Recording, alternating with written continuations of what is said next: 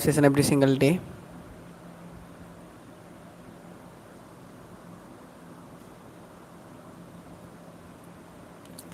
And let's start by reading, right? Okay.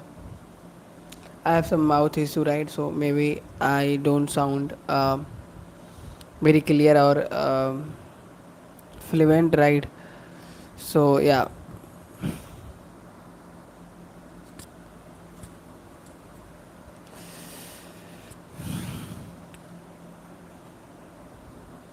don't try. Carles Bukowski was an alcoholic and a womanizer, a chronic gambler, allowed a cheapskate, a deadbeat, and on his worst days, a poet. He's probably the last person on the earth you would ever look to for a life advice or expect to see any sort of self-help book. Which is why he's the perfect place to start.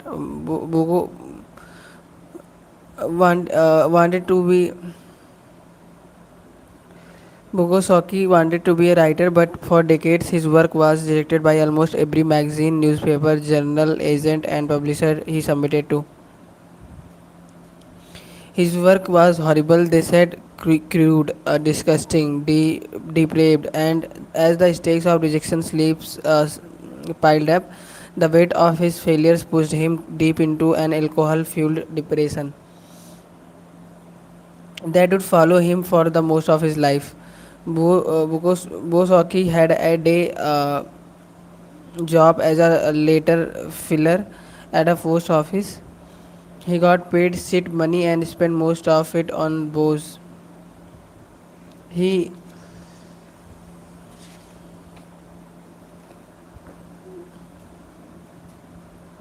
gambled away the rest at the racetrack. At night, he would drink alone and sometimes hammer out poetry on his beat up old typewriter. After he did wake up on the floor having passed out the night before, 30 years went by like this, most of it meaningless, blur of the alcohol, drugs, gambling, and prostitutes. Then, when Bosaki was 50, after a lifetime of failure and self loathing, an editor at a small independent publishing house took a strange interest in him. The editor couldn't offer Bosaki much money or much promise of sales, but he had weird affection for the drunk loser, so he decided to take a chance on him. It was the first real shot Bosaki had ever gotten, and he realized probably the only one he would ever get. Bosaki wrote back to the editor, I have one of the two choices, stay in the post office and go crazy, or stay out here and play at the writer and stray. I have decided to stray. Upon signing the contract, Bosaki wrote his first novel in 3 weeks. It was called simply Post Office. In the dedication, he wrote, dedicated to nobody. Bosaki would make it novelist and poet. He would go on publish 6 novels and hundreds of poems, selling over 2 million copies of his book. His popularity defied everyone's expectation, particularly his own. He, stories like Bosaki are the bread and butter of our own culture narrative. Bosaki life embodies an American dreams. A man fights for what he wants, never give up, and eventually achieve his wildest dream. It's practically a movie wanting to happen. We all look at the stories like Bosaki and say, see, he never gave up, he never stopped trying. He always believed in himself. He persisted against all the odds and made something of himself. It is then strange that Bosaki Tamstone, the if they reads don't try. See, despite the book sales and the fame, Bosaki was a loser. He knew it. His success stemmed not from the some determination to be winner, but from the fact that he knew he was a loser, accepted it, and then wrote honestly about it. He never tried to be anything other than what he was. The genius in the Bosaki work was not in overcoming unbelievable odds or developing himself into shining um, literary light. It was opposite. It was a simple ability to be completely unflinchingly honest with himself, especially the worst parts of himself, and to share his failings without hesitation or doubt.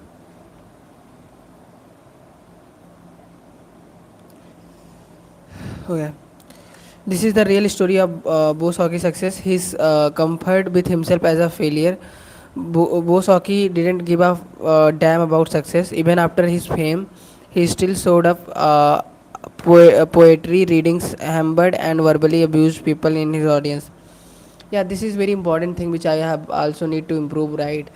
I mean, we try to become someone else. We watch on the social media so many people, right, and we try to copy them. Like personally watch a lot of foreigners, right, and then I try to copy their style, their editing, their content, right, but I can't, right.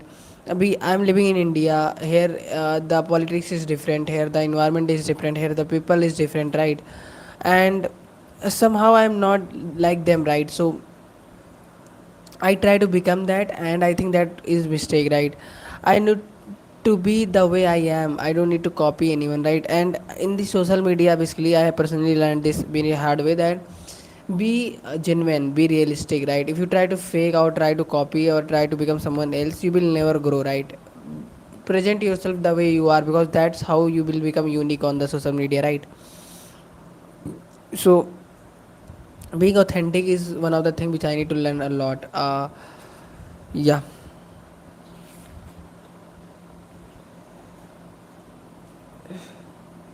Our culture today is obviously focused on unrealistic positive expectation. Be happier, be healthier, be the better, best, and the rest.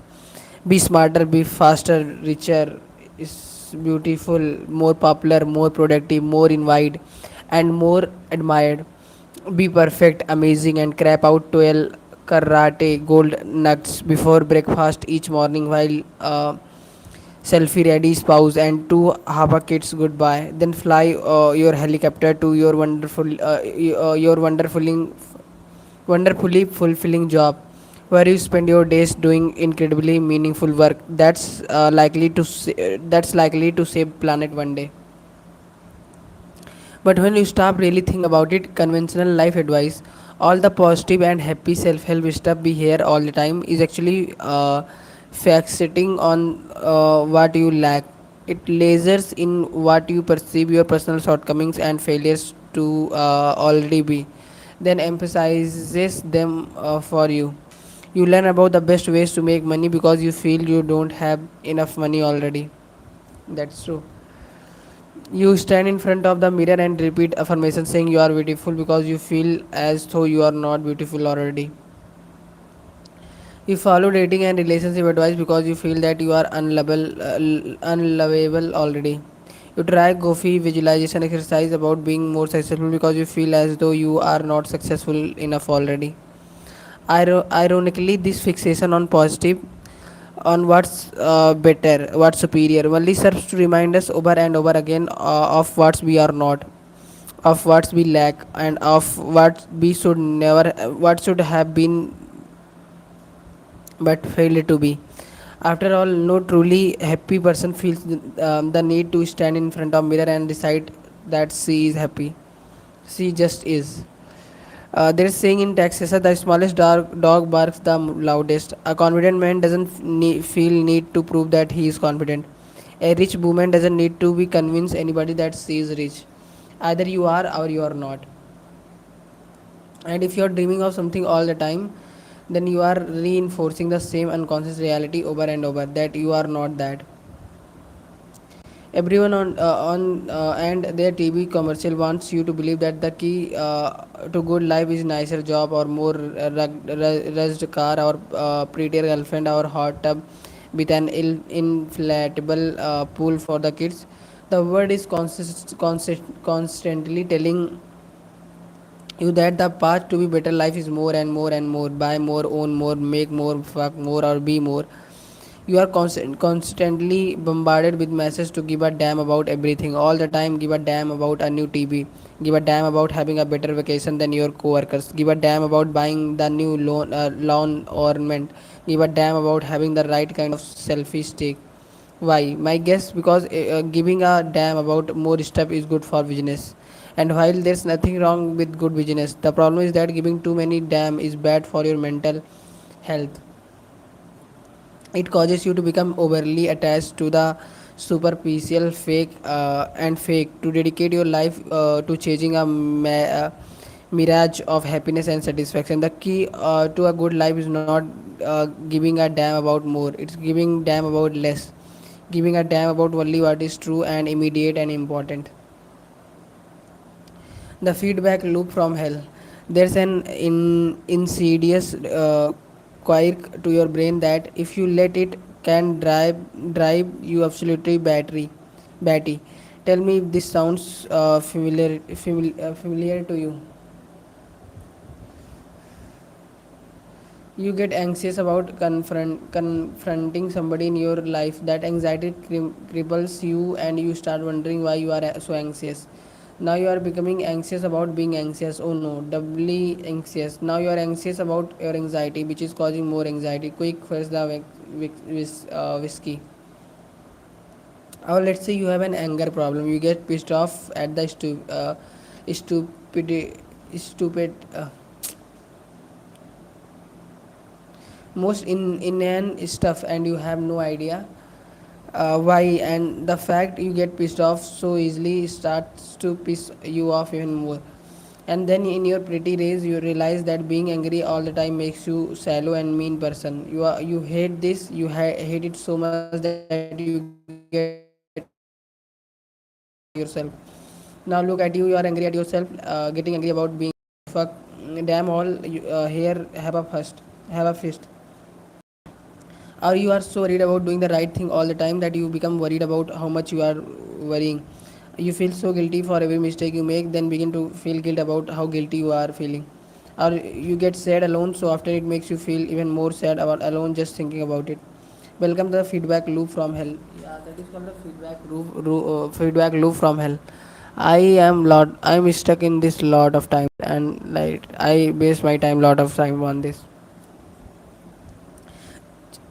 Chances are you are engaged in it more than a few times. Maybe you are engaging it right now. God, I do the feedback loop all the time. I'm such a loser for doing it. I should stop. Oh my god, I feel like such a loser for calling myself a loser. I should stop calling myself a loser. Oh damn. I am doing it again. See, I am a loser. Calm down, amigo. Believe it or not, this is the part of the beauty of being human. Very few animals on the earth have the ability to think congent thoughts to begin with, but we humans have the luxury of being able to have thoughts about our thoughts. So I can think about watching Millie curious videos on YouTube and then immediately think about what a sicko I am wanting to watch Millie Cyrus videos on YouTube. The miracle of consciousness. Now here's the problem: our society today, through the wonders of consumer culture, hey look, my life is cooler than your social media, has bred a whole generation of people who believe that having these negative experiences, anxiety, fear, guilt, etc., is totally not okay. I mean, if you look at your Facebook feed, everybody there is having a damn grand old time.